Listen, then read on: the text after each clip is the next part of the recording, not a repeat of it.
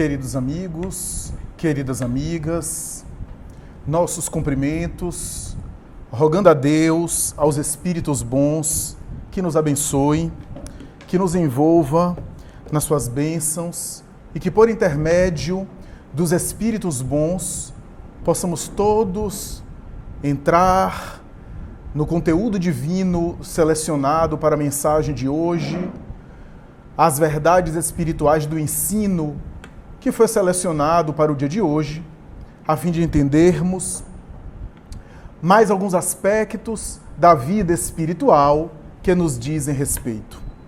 Para mim, uma grata satisfação estar de regresso a essa casa que eu tanto amo e na qual pude mergulhar no ensino espírita nos meus primórdios, porque foi aqui, já parece que é até outra encarnação, final dos anos 90, início dos anos 2000, quando ingressei nesta casa na condição de aluno, perfilando os grupos de estudo convencionais, como todas as pessoas devem fazê-lo, e assim o fiz aprendendo, estudando a obra kardeciana, para depois, nesta mesma casa, tive a honra de também participar na condição de trabalhador. A princípio como evangelizador infanto-juvenil, mais adiante na parte social, nos passes e, por fim, mais adiante nos grupos de estudo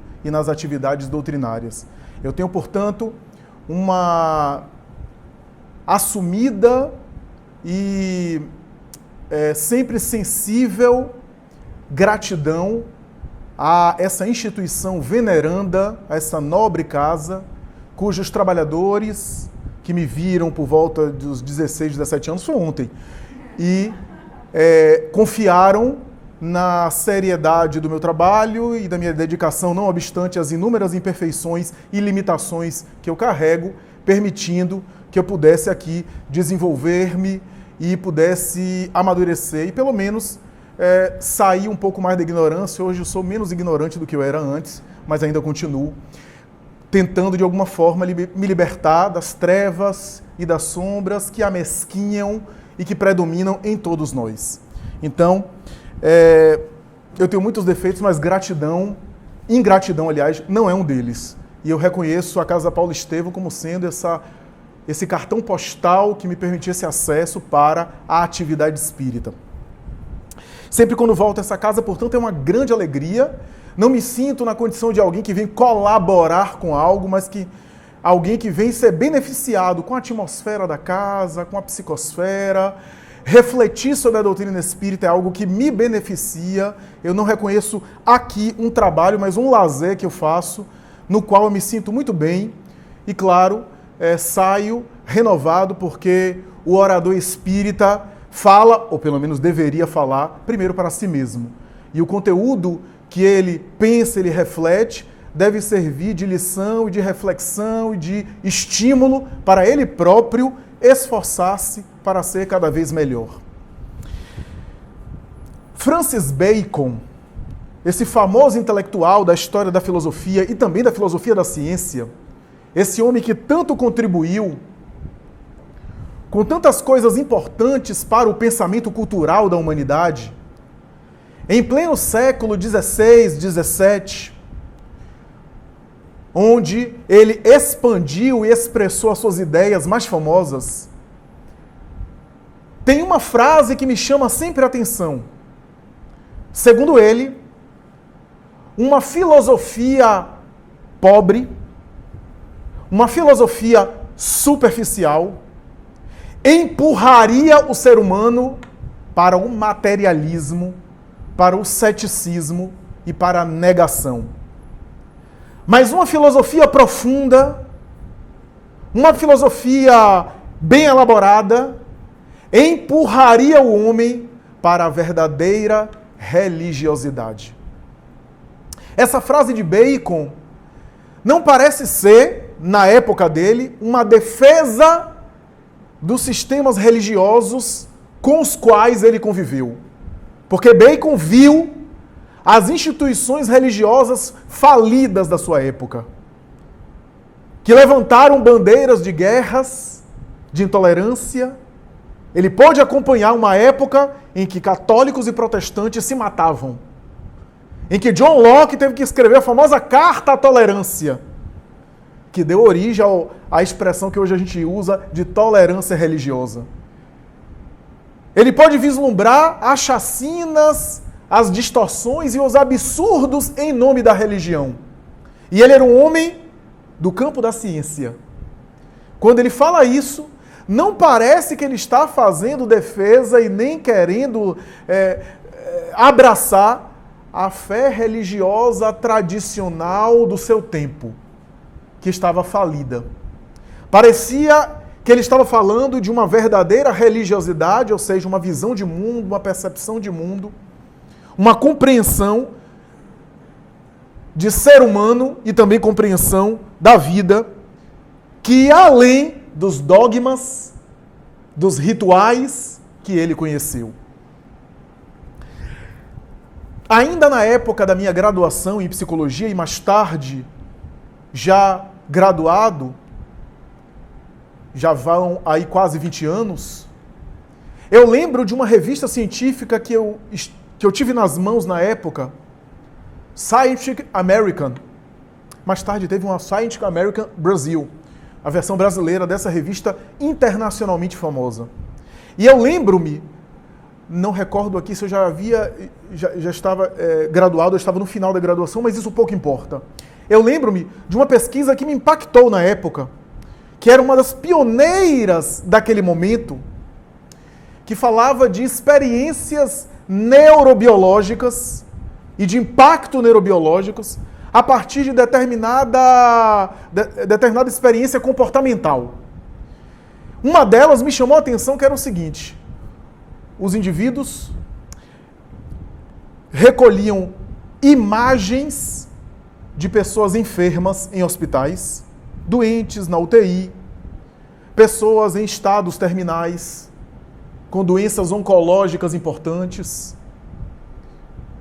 com doenças infecto-contagiosas importantes isoladas, entre outros problemas, o HIV, que ainda à época era mais desafiante do que é hoje, entre outros problemas, epidemias, surtos, e o impacto neurobiológico dessas pessoas ao olharem, ao visualizarem aqueles quadros de pacientes em sofrimento. A pesquisa apontava para uma mudança em níveis biológicos e neurobiológicos. Algumas leucinas, o interferon, interleucinas, algumas substâncias do sistema imunológico, níveis de cortisol, e o resultado, replicando com centenas de pessoas, era que apenas no exercício de olhar e, portanto, de se compadecer com pessoas enfermas, a neurobiologia do indivíduo mudava para melhor, a ponto de fortalecer o seu sistema imunológico e produzir saúde. Essa foi uma das primeiras pesquisas da época, uma novidade que mais tarde foi avançando, foi melhorando o acervo de pesquisas nesse sentido, que a gente pode chamar aqui de uma espécie de pesquisa da neurobiologia da compaixão. Uma tentativa na área das neurociências e também na área da psicossomática, de tentar entender determinadas experiências psicoemocionais e a sua consequência em termos de organismo e também de subjetividade. A experiência foi muito interessante. Houve muitas replicações. E a verdade é que ali ficava claro que havia uma forte evidência que confirmava porque Madre Teresa de Calcutá convivia, por exemplo, com tuberculosos e rancenianos e não se contaminou com a doença. E outros indivíduos que se dedicaram ao bem anos e anos, como Albert Schweitzer, Damião de Vester, esses ases da caridade, esses homens e mulheres extraordinárias da dedicação ao próximo e não se contaminavam em contato com aquelas doenças infecto-contagiosas. Parecia confirmar essa tese que tem até fontes e sugestões bíblicas. O apóstolo Paulo escreveu a respeito da couraça da caridade. Ou seja, que a caridade produziria uma espécie de couraça, de defesa para o sujeito. E ali estava explicitado nessas pesquisas de neurobiologia acerca do comportamento da compaixão. Anos depois, outras pesquisas, algumas muito interessantes, uma delas, inclusive, muito citada no movimento espírita, que era uma pesquisa que foi, inclusive, patrocinada pela viúva dona da rede McDonald's. Não é nenhuma propaganda, não, viu? Pelo contrário. Ela, inclusive, subsidiou financeiramente essa pesquisa, que foi repetida milhares de vezes, que era a mensuração de uma enzima que é secretada pela saliva de todos nós, SIG.A, substância imunoglobulina A, que seria responsável pelas defesas imunológicas, examinando a produção dessa enzima a partir de películas cinematográficas. Um grupo de pessoas enfermas que eram colocadas para assistir filme que despertava o sentimento de piedade, de compaixão e de fraternidade. Filmes da vida de Gandhi, filmes sobre a vida de Madre Teresa, já citada, filmes de Charlie Chaplin, de comédia do Gordo e Magro e de outros que eram da época. E um outro grupo de pessoas saudáveis, que não tinha nenhum tipo de patologia, diferentemente do primeiro grupo, que eram colocados para assistir filmes pornográficos, filmes de guerra, especialmente uma que ficou conhecida, Apocalipse Now, um filme em que os jovens norte-americanos ingeriam droga, cocaína e outros estimulantes para ir para a guerra do Vietnã, porque eu não sabia porque eu estava indo para o Vietnã, para matar ou para serem mortos.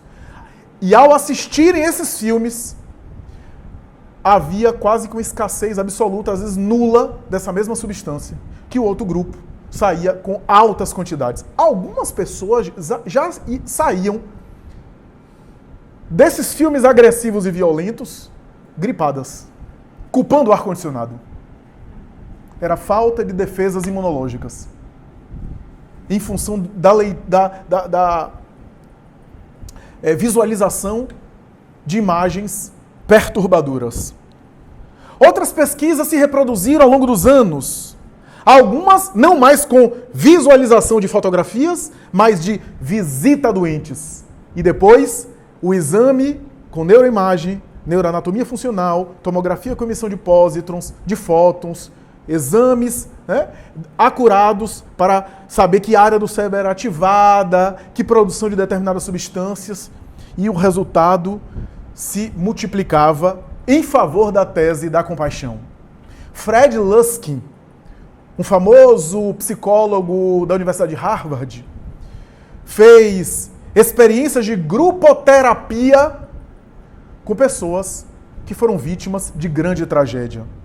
Mães cujas filhas foram assassinadas por serial killers, assassinos seriais, tão comum, especialmente na América do Norte.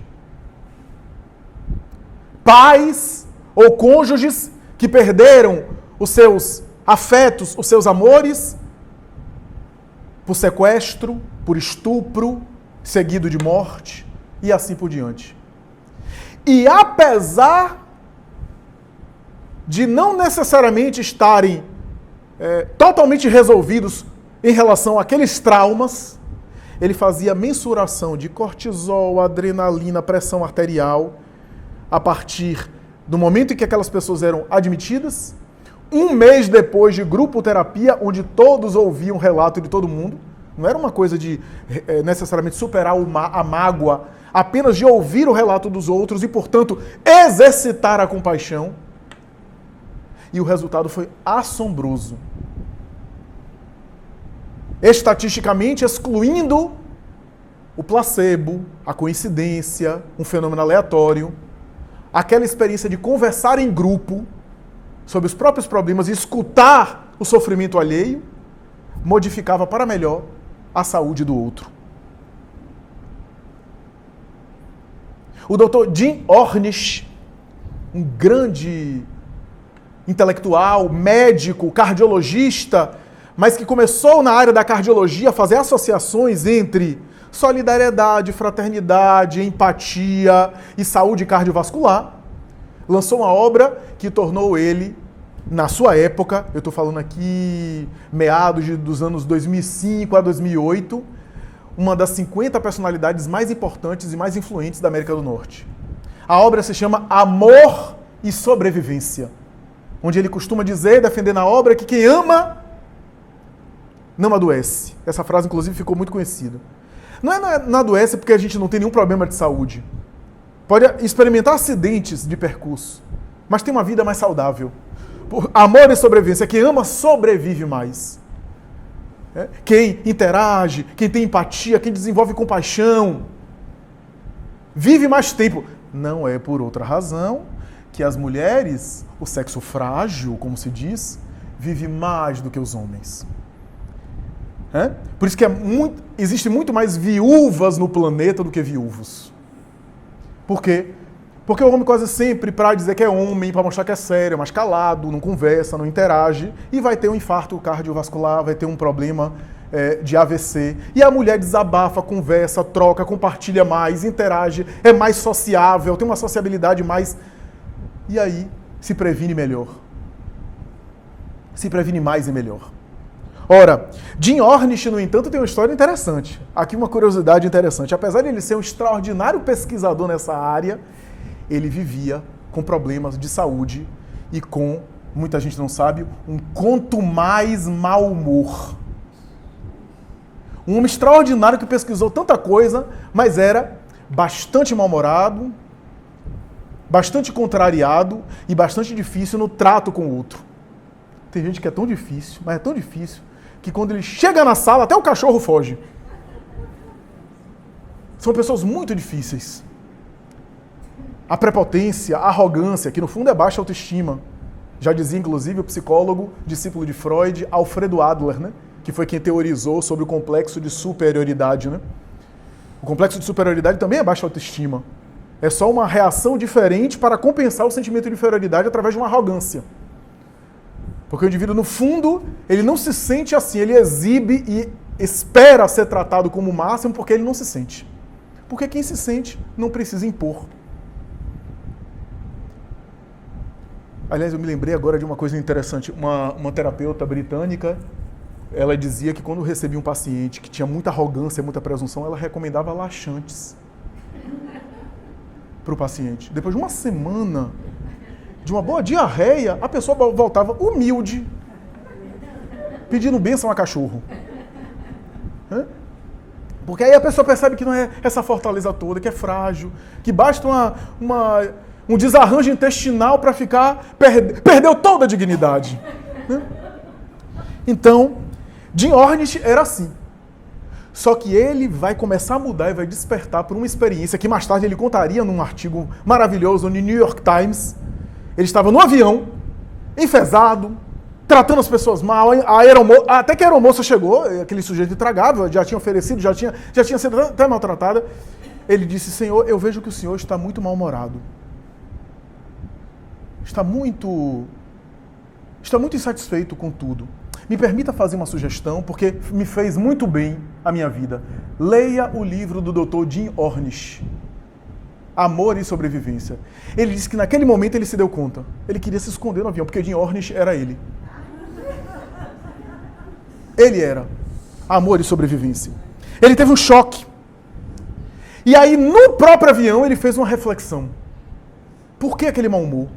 Porque às vezes a gente vive no automático e nem se dá conta que a gente fica reproduzindo comportamentos ali com os quais a gente já está condicionado. Hábito. Por isso que o tema é exercício da compaixão. É um exercício, é um treino. Quando ele desceu do avião, ele já tinha detectado. Ele tinha um conflito com o pai. Ele viveu a infância e juventude se sentindo rejeitado pela figura paterna. E como o pai morava próximo a ele, ele decidiu naquele dia mesmo visitá-lo. Ligou para o pai, estava chegando de viagem, vivia em viagem, fazendo palestra, conferência, ele foi visitar o pai. E ele mesmo contou que quando ele chegou na porta, o pai o recebeu e ele disse: meu pai, eu queria lhe abraçar. E o pai disse: você quer me abraçar? Então me abrace. Aí, tá vendo? Mesmo sujeito frio, de sempre da minha infância. Eu quero um abraço, em vez de ele me abraçar, o pai disse: não, então venha me abrace. Eu fui lá, abracei, disse ele, e aquele homem rude, com as mãos calejadas, acostumados ao trabalho do campo, era um homem simples, ali recebeu o abraço, mas com aquele jeito daqueles homens que não conseguem expressar direito o afeto, como se fosse um tronco. Jim Ornish disse que naquele momento ele se desequilibrou e começou a descarregar no pai. Olha, eu sou assim por sua culpa. Eu nunca me senti amado por você. Fui rejeitado por você a vida inteira. E aí desabafou, descarregou no pai. E o pai, depois de ouvi-lo, porque a pessoa também desabafa, aí depois fica ótima, porque aí, né, perdeu, cansou até. Aí depois de desabafar, o pai disse: terminou? Abra aquela mala ali que está ali no canto da sala. Ele foi lá e abriu. E quando abre a mala, ele próprio ficou impactado. Jornais, revistas recortadas, com toda a carreira dele, de Jim Ornish, ali. Meu filho, eu acompanho você a vida inteira. Todos os seus sucessos, todas as suas entrevistas, tudo que você fez na vida, eu acompanho você. Eu sei de todos os seus passos. E vale lembrar que você não me visita e nunca me passou nada do que você faz aí profissionalmente, mas eu lhe acompanho a vida inteira. Você está sendo ingrato com seu pai. Quando você tinha 2 anos de idade, eu fiquei viúvo. Você sabe o que é um homem de 35 anos ficar viúvo? Jovem ainda? Você sabe o que é dar conta de tudo, todas as coisas, cuidar de você e de sua irmã?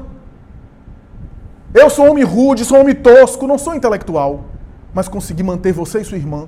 Criei vocês dois. Posso não ter dado o carinho que você imaginava que recebeu, mas cerquei você de todos os cuidados. Você não sabe o que é um homem dessa idade ter desejos, mas eu ficava com medo de me envolver com outra pessoa e essa pessoa ter que vir conviver com você. Eu abri mão até da minha sexualidade, de relações com outras pessoas, por você e por sua irmã. E você vem aqui dizer desaforo para o seu pai? Ele começou a chorar, o pai começou a chorar, os dois se abraçaram. Jim Ornish, a partir daí, começou a contar essas histórias por onde passava, falando sobre a compaixão. A sua gastrite desapareceu. Os seus problemas de articulação,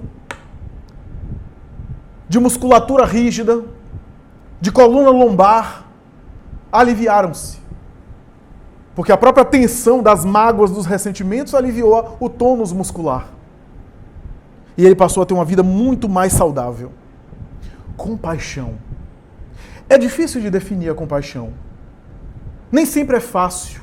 A compaixão, às vezes, é vista como sendo sinônimo de uma pena vulgar. A velha cultura do coitadinho. Mas a compaixão é um sentimento nobre que vai além dessa pena popular.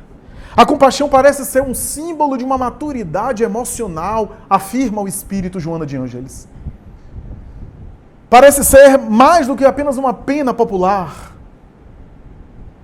A compaixão parece ser uma compreensão fraternal do lado do outro. Eu posso não entender, posso não ter a mesma vivência que ele, mas eu exercito, eu me esforço por compreender as coisas do ponto de vista dele. Entender que ele tem um ponto de vista diferente do meu. Chico Xavier, eu acho que sintetizou isso e até definiu a compaixão de uma forma muito bonita. Ele dizia assim: eu permito que os outros sejam o que quiserem, mas a mim me exijo ser cada vez melhor. Talvez a compaixão seja isso. Permitir que cada um seja o que quiser ou o que puder. Porque às vezes a pessoa não é o que quer, mas é aquilo que pode. Porque tem os seus limites. Por que esperar do outro aquilo que nem nós conseguimos ainda ser? É um mecanismo de projeção tão estudado pela psicanálise e por muitas doutrinas comportamentais. Eu não sou o que eu idealizo, então eu projeto no outro esse ideal de pessoa e o outro tem que ser aquilo que eu não consigo ser. E as decepções normalmente acontecem porque passam por isso. As frustrações. A verdade é que a compaixão parece ser uma espécie de, para me utilizar de uma expressão conhecida atualmente, de alteridade, de sensibilidade social, de sensibilidade emocional. Jesus sintetizou essa proposta dizendo: não fazer a outrem o que não desejar que outrem se lhe faça. Essa talvez seja a síntese do Evangelho sobre a experiência da compaixão, porque na base da compaixão, e Jesus assim o colocou, ele coloca a compaixão como sendo uma forma de manifestação de amor ao próximo. Uma modalidade, não que o amor se resuma a só isso, mas uma modalidade, uma espécie de amor ao próximo. Não fazer a outrem o que não desejar que outrem se lhe faça. Essa é a experiência da compaixão, embora o nome compaixão não apareça no Evangelho. Mas aparecem outras expressões que são semelhantes, que têm o mesmo sentido.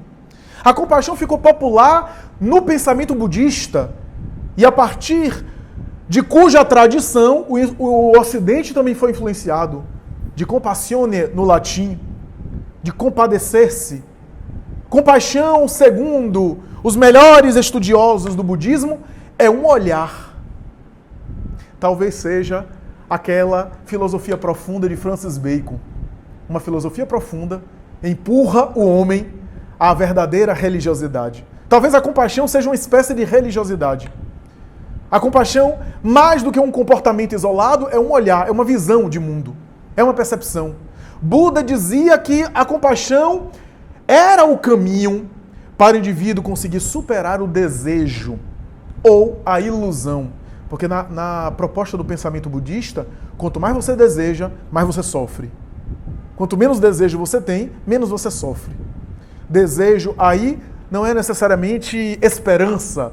Desejo aí é uma ambição do ego. Né? Quanto mais quantidade de ambições egóicas você tem, maior probabilidade de você sofrer, sem juízo de valor. Quanto mais apego, se quiser usar uma expressão mais fácil, às coisas ao seu entorno, mais sofrimento você é submetido. Então a compaixão seria uma espécie de libertação. Os budistas chegam a dizer que a compaixão é a paixão de servir, a paixão de ajudar, a paixão de entender, porque todo aquele que ama intensamente, ama com paixão. O termo paixão, inclusive, vem do grego pathos, que dá origem a tanto patológico, e pathos em grego é tanto adoecimento como sofrimento. Né? Daí a paixão de Cristo. A paixão de Cristo é o pathos, ou seja, o sofrimento que ele ofereceu, né? O sacrifício, né? A entrega, a dedicação. Então, compaixão tem a ver com isso. A paixão de querer amar, de querer ajudar, de querer servir, de querer se dedicar. O pathos, que vai além aqui do apaixonamento convencional, ainda que o apaixonamento é uma espécie de pathos, mas é no sentido de que quando a gente ama intensamente alguém, existe alguma coisa ali que a gente doa também e que não deixa de haver uma espécie de sofrimento. Não sofrimento no sentido perturbador da palavra, masoquista, mas se você ama realmente, você cede. Você abre mão. E aqui para nós, abrir mão nem sempre é prazeroso, né? Egoicamente, a gente não quer abrir mão de nada. É difícil ceder. Né? Mas no amor, realmente, a gente acaba renunciando, a gente acaba abrindo mão. A convivência exige que a gente ceda. Não pode ser só eu impondo tudo aos outros. Na convivência a gente também cede, a gente também renuncia a algumas coisas em prol do outro e vice-versa. E não é fácil, porque é aí que se encontram muitos atritos. Basta você ver os exemplos cotidianos. Você quer ligar a televisão, alguém quer a televisão desligada. Você quer desligar a luz, alguém liga a luz. Convivência, quanto mais próximo, maior possibilidade de atrito. No dia a dia cotidiano, convencional, comum. A compaixão, portanto, é esse olhar. Não é só uma atitude heróica diante de uma grande ofensa que você perdoa. Isso também é compaixão. Mas e os pequenos perdões do dia a dia? Que não são de grandes ofensas, mas as pequenas tolerâncias. Isso também é compaixão. Isso não significa, quer dizer, que eu preciso ser tolerante com tudo e ser conivente com tudo. Não é isso. Mas algum nível de tolerância e de compreensão do outro é indispensável a uma convivência civilizatória. Em a tradição romana, nós temos uma carta, alguns consideram apócrifa, do senador Públio Lentulus, a respeito de Jesus. Públio Cornélios Lentulus conheceu Jesus na época do auge de Tibério César no poder. E Públio Lentulus escreve uma carta sobre esse encontro e fala sobre o olhar de Jesus, um olhar que quase sempre era visto como algo muito triste, raramente sorrindo. É lógico que não era um homem triste.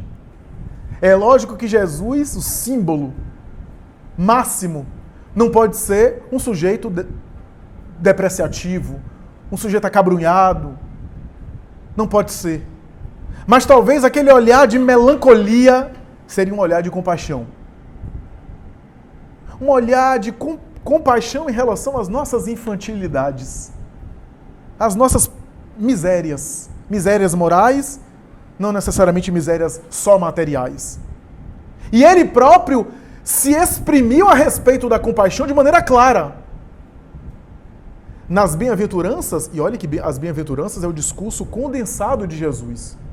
Se as parábolas é a doutrina de Jesus explicada minuciosamente, nas bem-aventuranças a gente tem um resumo condensado. Ali é sucinto o que há de mais importante, de mais profundo, o coração do Evangelho. E ele não deixou de considerar a compaixão em uma das bem-aventuranças.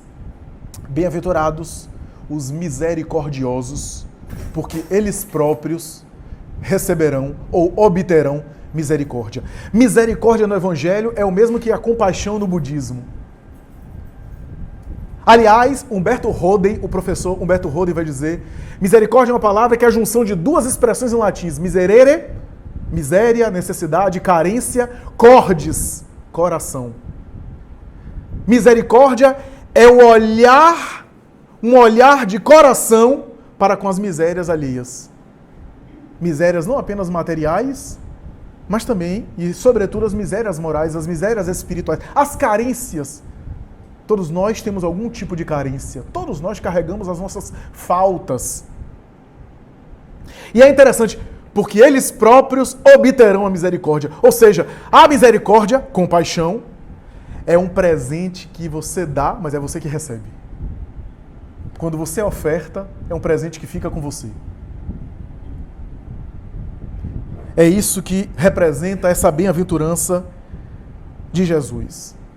Em uma célebre experiência aqui no Brasil, em Minas Gerais, nos primórdios da doutrina espírita aqui no Brasil, a médium notável Maria Modesta Cravo, essa senhora que mais tarde colaboraria com a mediunidade de Eurípedes Barçanufo, recentemente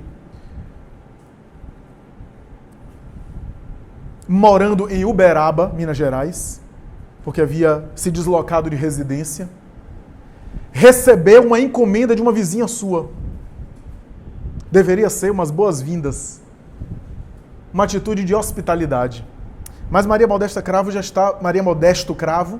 já estava acostumada a experiências mais dolorosas, e não tinha grandes expectativas em relação a grandes hospitalidades. Afinal de contas, espírita naquela época era tratado com muito apedrejamento e muita intolerância. Ela abriu a encomenda, o presente da vizinha, e era um vaso com um monte de dejetos. Portanto, com um monte de fezes dentro. E uma carta. Isso é o que você merece. Ela deu um tempo, algumas semanas, e mandou de volta o vaso com um buquê de flores. E a carta dizia assim, a resposta que ela deu: recebi de muito bom grado o seu presente. Ele ajudou muito fertilizando o meu jardim. E agora devolvo de volta a você o seu vaso com os frutos do presente que você me deu. 2 meses depois, essa senhora bate na porta dela pedindo passe. Era uma obsidiada com um transtorno psíquico sério, em grande sofrimento. O presente da compaixão. Então, a compaixão tem isso. Não é uma pena, como eu dizia. A gente adora sentir pena das pessoas. Eu lembro quando o Chico Xavier estava encarnado, eu vivia ouvindo do movimento espírita. Ah, Chico, coitado de Chico. Eu disse, por que coitado? Ah, Chico, ele tem muitos problemas. O homem que conversava com as estrelas, o homem que tinha contato com espíritos de alta elevação. Ah, mas ele estava quase cego. Estava sublimando, estava se aperfeiçoando espiritualmente, estava crescendo. Ah, coitado, teve uma infância tão miserável. Você acha ele coitado e não aquela que o perturbou e que maltratou ele na infância? Que surrava e espancava ele? Quem é que estava melhor? Quem é que ficou melhor depois? Por que coitado? O homem daquele merece ser coitado? Um homem daquele que estava em condições muito melhores do que a maioria de nós? Então, essa visão que a gente tem do coitado, e muitos de nós adoramos ser coitados. Às vezes a gente conversa com uma pessoa, olha, Flávio, eu já vejo a pessoa dizendo, olha, Flávio, eu tenho tudo que é tipo de doença. Quando eu ouço esse tipo de coisa, eu digo, já vi que quer que eu ache ela coitada. E diz, olha, eu já fui em tudo que é médico, e ninguém sabe o que eu tenho. E se você disser, não, mas tente isso, tente aquilo, a pessoa fica chateada. Reaja, aí a pessoa fica agressiva, mas aí tem força para reagir. Então, no fundo, é a expectativa de que a gente ache a pessoa coitada, que a gente concorde que ela é desgraçada, como se diz popularmente. E a gente se vitimiza. Esse coitado, essa cultura do coitado, é diferente da compaixão, porque no fundo não é um afeto. No fundo, é um sentimento, um pensamento perturbador e infeliz. Por que eu vou achar as pessoas coitadas e vou querer ser coitadinho também?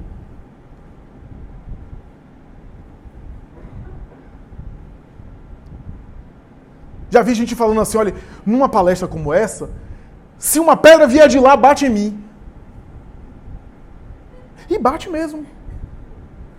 Porque quando a pedra... Ele até suspende a cabeça, tá vendo? Para confirmar que existe uma espécie de masoquismo psicológico inconsciente.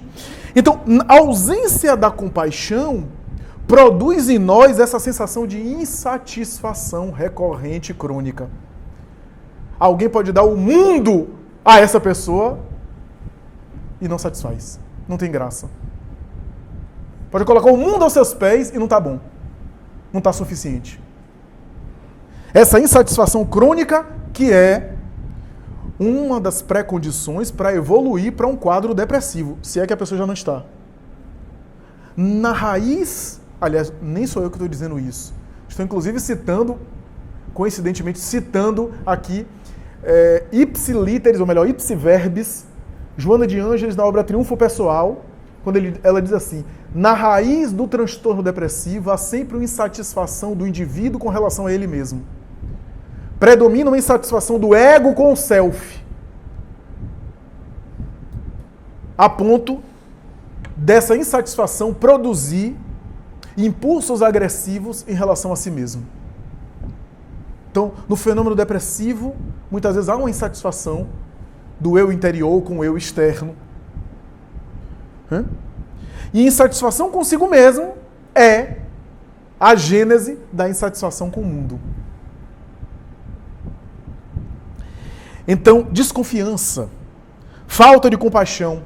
Se eu não tenho compaixão, ou seja, compreensão em relação aos outros, eu desconfio. Todo mundo é passível de desconfiança, todo mundo pode estar, de alguma forma, querendo me fazer mal.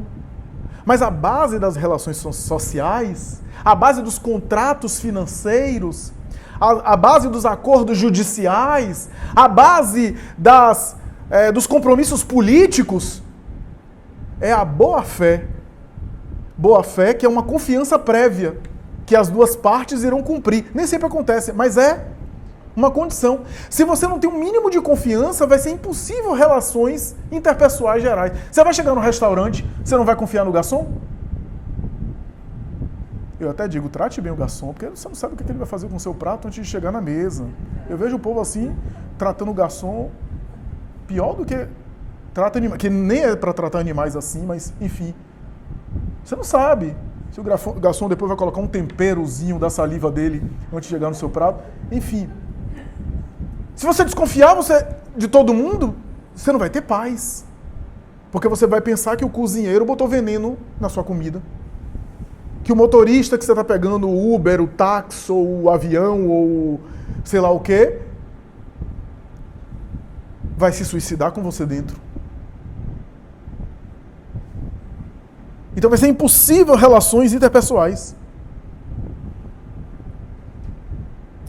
Jesus, em outro momento, também falava da compaixão de outra forma. Misericórdia eu quero e não sacrifício. Esse sacrifício aí não é o sacrifício da entrega, da renúncia, não. Na verdade, ele falou isso num contexto onde ele estava no templo sagrado. Havia o sacrifício de animais, o holocausto, muito típico do ritual judaico, né? Morte dos animais, matança dos animais e o comércio religioso em cima da venda desses animais em Jerusalém, a cidade santa. E ele se refere a esse sacrifício, né? Porque se acreditava que sacrificando uma vida, um animal, agradaria Jeová, agradaria Yahvé. Então ele dizia, misericórdia eu quero e não sacrifício, não esse holocausto. Foi com essa expressão que Kardec, mais tarde, vai desenvolver a ideia de que o sacrifício mais agradável a Deus é o da melhora moral do indivíduo. Não é sacrifício de seres humanos, de animais. Ou seja, Jesus estava dizendo que o sacrifício melhor a Deus é o sacrifício da misericórdia. Kardec, então, pega isso e vai dizer que é o da melhora moral, do amadurecimento, da transformação melhor. Ou seja, o sacrifício dos meus vícios é o mais agradável a Deus. O sacrifício das minhas imperfeições, das minhas deficiências. Jesus é o modelo máximo da compaixão. Veja que alguns exemplos que ele dá de compaixão é até interessante, porque a compaixão em Jesus é uma compaixão que vem antes. Antes de você me fazer o mal, eu já estou sendo compassivo com você, viu? Tá tudo certo. Porque ele chega para Pedro e diz, antes que o galo cante, tu me negarás 3 vezes.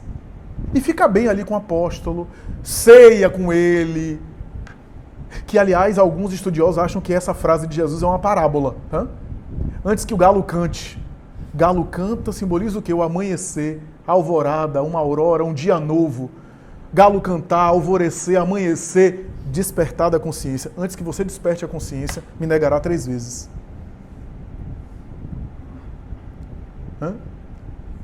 Ele está na ceia, e aí ele parte o pão e faz o quê? Dá o primeiro pedaço. É que nem quando você parte o bolo do seu aniversário e dá o primeiro pedaço, normalmente, à sua mãe. É uma cultura que vem do judaísmo. Partiu o pão e homenageava a pessoa mais querida. Ele parte o pão e dá a Judas. Era uma compaixão antecipada, antes. Em Boa Nova, de Humberto de Campos Espírito, ele tem um diálogo com o próprio Simão Pedro a respeito da futura, inclusive o capítulo é A Negação de Pedro, um dos últimos capítulos de Boa Nova, que ele diz assim para Pedro, Pedro, um dia você vai compreender que o homem do mundo é mais fraco do que perverso. é mais frágil do que perverso.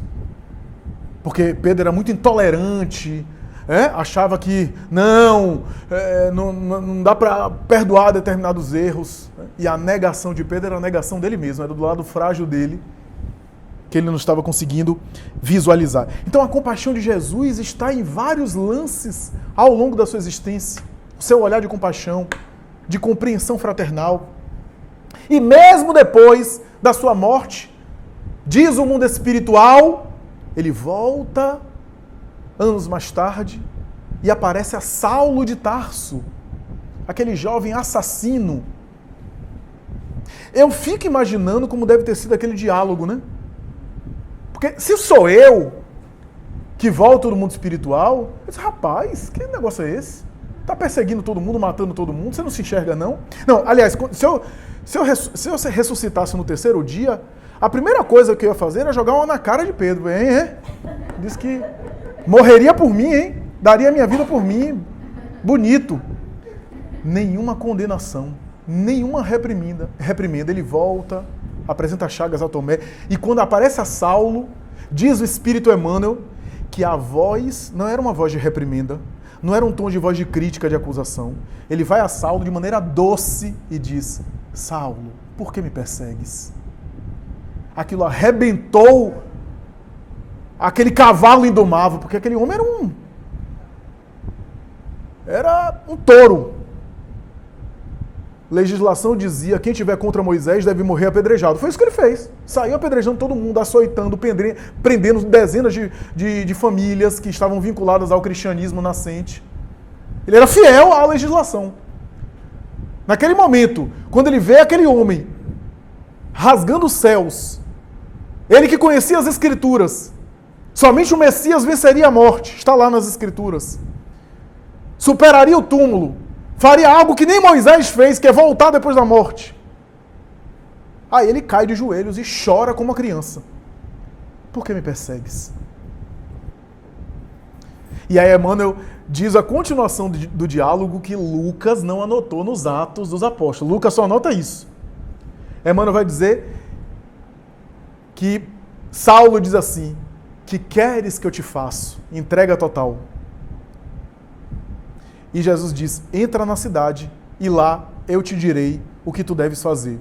E Emmanuel vai dizer, entre ele e Jesus havia um abismo que ele teria que transpor ao longo dos anos. Ao longo dos anos. Porque a compaixão, como diz o texto de Joana de Ângeles, é um exercício, é um treino. As virtudes não são improvisadas, a gente treina como tudo na vida. Tudo na vida que você tem rotina, que você tem recorrência, você melhora. Você melhora. Já imaginou? Você imagina que você vai estudar um dia só, e aí só mês que vem você vai pegar aquele conteúdo? Se você não estuda recorrentemente, se você não estuda periodicamente, você não vai ter domínio do conhecimento. Já imaginou você dormir todo dia em um horário diferente? Seu corpo vai ficar desregulado. Porque se você trabalha com rotina, com recorrência, com hábito, o seu corpo vai liberar melatonina para você dormir em determinado horário por conta do seu ciclo circadiano, seu relógio biológico. Ao mesmo tempo que a sua adrenalina, o seu cortisol, hormônio do estresse, hormônio que é necessário também ser produzido ao longo do dia, vai ser liberado em determinado momento. Agora imagine você desregulado nos seus hábitos. Todo dia você come no horário, todo dia você dorme no horário. Tudo bem, tem pessoas que às vezes vivem isso provisoriamente por uma questão profissional. Mas dá para ajustar. Assim é no estudo. Você imaginou? Faça atividade física. Você faz atividade física durante 2 horas e passa o mês inteiro sem voltar. É melhor você fazer 10 minutos todo dia. Mas você faz recorrentemente na rotina, você vai ganhando o quê? Construção, hábito. Posso falar muito porque o Gão está aqui, meu amigo, e é professor de educação física, profissional do mais alto nível. Entende melhor do que eu, claro, essas coisas. Então, você cria condicionamento, você cria musculatura. Assim é na atividade física, assim no estudo, no intelecto, assim nos hábitos morais e nas virtudes espirituais também. As virtudes espirituais não são conquistadas de improviso. Emmanuel diz, o santo é um trabalho de séculos. O indivíduo que tem santidade é um trabalho de séculos, aquele espírito. A virtude da compaixão é a virtude que se exercita. Ah, mas eu não sinto compaixão por ninguém. Treine. Comece a treinar. Faça o que eu citei aqui das pesquisas. Visite pessoas com condição difícil, diferente da sua. Eu vi certa vez um filósofo falando que os momentos mais... E ele é materialista, é ateu. Eu estou me referindo aqui a Luiz Felipe Pondé, ateu materialista. Ele disse que os momentos mais interessantes da vida dele foi quando ele não estava pensando nele. Quando ele estava fazendo algo de útil para outras pessoas. Foi os momentos mais satisfatórios da vida dele. Um materialista falando isso. Olha só. Então, treine, exercite, porque a compaixão não vai aparecer porque você dormiu, sonhou e aí você acorda um apóstolo. Não. É mais provável de você acordar problemático mesmo. Você continua problemático e causando problema nos outros. Né? A compaixão é um esforço de um hábito que ainda não está. E todo hábito que você ainda não tem, para adquirir, depois para manter, né, Hugo? Depois para manter é mais fácil. Mas para construir é mais difícil. Eu me lembro de Jascha Heifetz, considerado talvez o maior violinista de todos os tempos. Esse homem que até hoje é visto como ícone do violino. Técnica perfeita. As obras que ele tocava, do barroco a Beethoven no romantismo, a Mozart no classicismo, aos modernos como Debussy, Ravel e outros. Esse homem tocou durante quase 90 anos de existência. Ele tocou a vida inteira.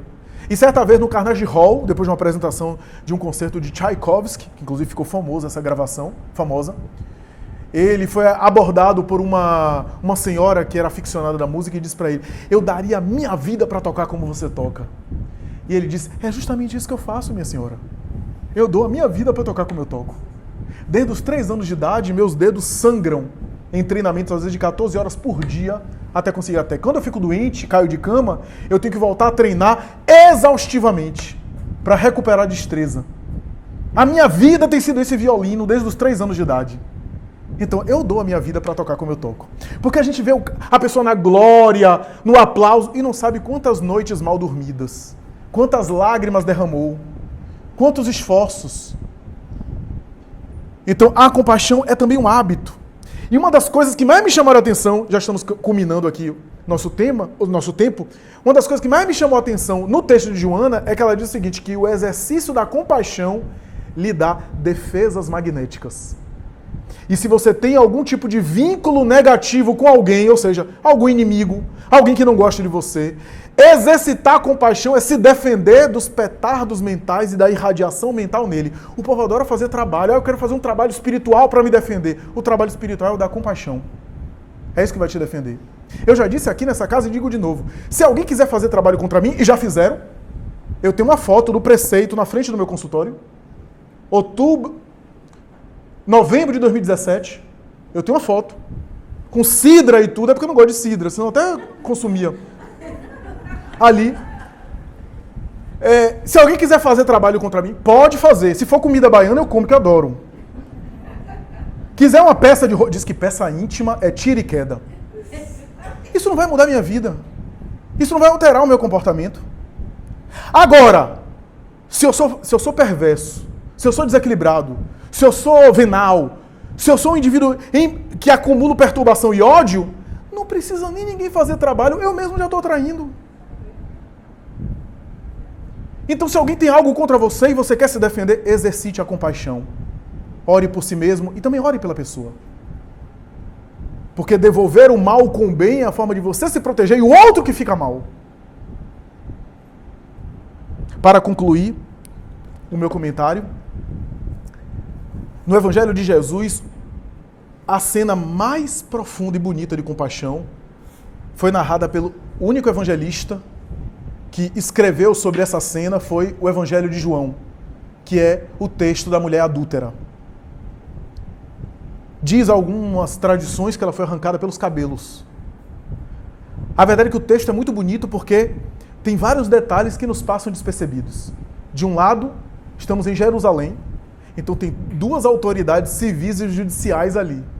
A autoridade farisaica, judaica, que era a autoridade local, que tinha poder policial e poder civil ali presente, e a autoridade romana, porque a gente sabe que Israel era dominada por Roma. As autoridades israelitas eram autoridades porque eram autorizadas por Roma, que era o grande dominador do mundo na época. Inclusive, o quartel da Torre Antônia estava ali. E esse diálogo foi dado diante dessas autoridades. Muita gente ignora isso. A proposta dos fariseus era para colocar Jesus contra a legislação. A legislação dizia, uma mulher pega em adultério deve ser apedrejada viva até a morte. Era lei, legislação, fazia parte dos 613 mandamentos mosaicos da legislação hebraica. Então, se ele falasse contra, ele estava cometendo um crime diante das autoridades, podia ser preso. A coisa era delicada. Diz alguns que Jesus escrevia, aliás, o Evangelho de João fala que ele escrevia na areia, mas dizem alguns o que é que ele escrevia. A gente não sabe. Não dá para saber no texto do Evangelho. Há alguns que dizem que ele escrevia o defeito de cada um. E aí a pessoa vai olhando, o final do texto dizia que os mais velhos saíram primeiro do que os mais jovens. Talvez porque os mais velhos viveram mais, tinham mais pecado. Hoje talvez seria o contrário, os mais jovens que sairiam primeiro. Mas a verdade é que ele ficou ali, a autoridade farisaica aborda ele de maneira capciosa. Moisés recomenda o apedrejamento dessa mulher. A legislação, portanto. E você fala no amor, no perdão, na misericórdia. Então, ele devolve numa resposta que nem vai de encontro à legislação, respeita a legislação, e ao mesmo tempo nem é impiedoso com a mulher, e ao mesmo tempo dá uma lição para aquelas autoridades. Porque Isaías dizia o seguinte: o homem que é fiel a Deus reconhece que tem pecados. Ele estava se baseando em um texto de Isaías. Se alguém dissesse, eu não tenho pecado nenhum, já estava ferindo a lei de Isaías. Porque o homem que é fiel a Deus reconhece os seus pecados. Então Jesus responde, quer apedrejar? Então, respeitamos a lei, respeite a lei, que seja, mas que se faça por aquele que tiver isento de pecado, sem culpa nenhuma. Ele colocou a situação em uma sinuca. E aí, quando todos saem e fica ele e ela, ele pergunta, mulher, ninguém te condenou? Não, Senhor, todos se foram. Então vai, porque eu também não te condeno. Vai e não tornes a se equivocar. Ele não concordou com o erro dela, ele não foi conivente com o equívoco dela, mas ele não condenou o erro dela e deu uma nova chance para ela. A compaixão dá uma nova chance. Respeita o limite do outro. Mas o que é mais interessante nessa história, diz Joana de Ângeles, é que normalmente a psicologia de grupo não tem compaixão com ninguém. Já notaram que quando a gente está em grupo, a gente faz coisas piores? Veja a torcida de futebol. Eu sempre lembro daquele caso, lembra daquele caso daqueles estudantes que tocaram fogo numas mulheres na rua porque achou que era prostituta, quer dizer, como se fosse prostituta, é para tocar fogo em prostituta. Tocaram fogo no mendigo, no índio, né? E assim por em Brasília. Possivelmente aqueles jovens não fariam nada disso se estivessem sozinhos. Mas como estava em grupo, a psicologia de grupo quase sempre rebaixa a gente naquilo que a gente tem de pior. A psicologia de massa, como dizia Freud. A psicologia das massas. Quando Jesus diz, aquele que está sem pecado, a psicologia de grupo é convidada a cada um pensar no próprio pecado individual. Devolve a psicologia individual. Atira a primeira pedra. E o Espírito Emmanuel, por Chico Xavier, vai dizer, por que Jesus escolheu aquele drama específico para ensinar compaixão? Ele diz isso na obra Vida e Sexo. Porque tinha tanto exemplo para ele ensinar compaixão, por que ele selecionou justamente aquela cena? E Emmanuel diz, primeiro, porque é um drama da vida íntima. E no drama da vida íntima ninguém deve se envolver. Se aquela mulher adulterou, era uma questão... A questão do adultério é uma questão da vida sexual de alguém. Ninguém deve ter o direito de se meter de condenar alguém. É dela com o marido dela e pronto. Essa é a primeira coisa. Depois, aqui para nós, como é que o povo sabia que ela adulterou? O leito conjugal era sagrado, era pecado. Né? Foi pego em flagra? Então já está errado nisso. E por fim, diz Emmanuel, é porque aquela mulher representa a humanidade toda. Diz Emmanuel que não tem ninguém que não tenha equívocos nesta ou em outras encarnações na área dos relacionamentos amorosos. Então aquela mulher simboliza a humanidade toda. Compaixão. Da saúde. Compaixão é uma forma de amor. E compaixão, como todas as virtudes, é um exercício que precisa ser treinado. Muito obrigado, muita paz.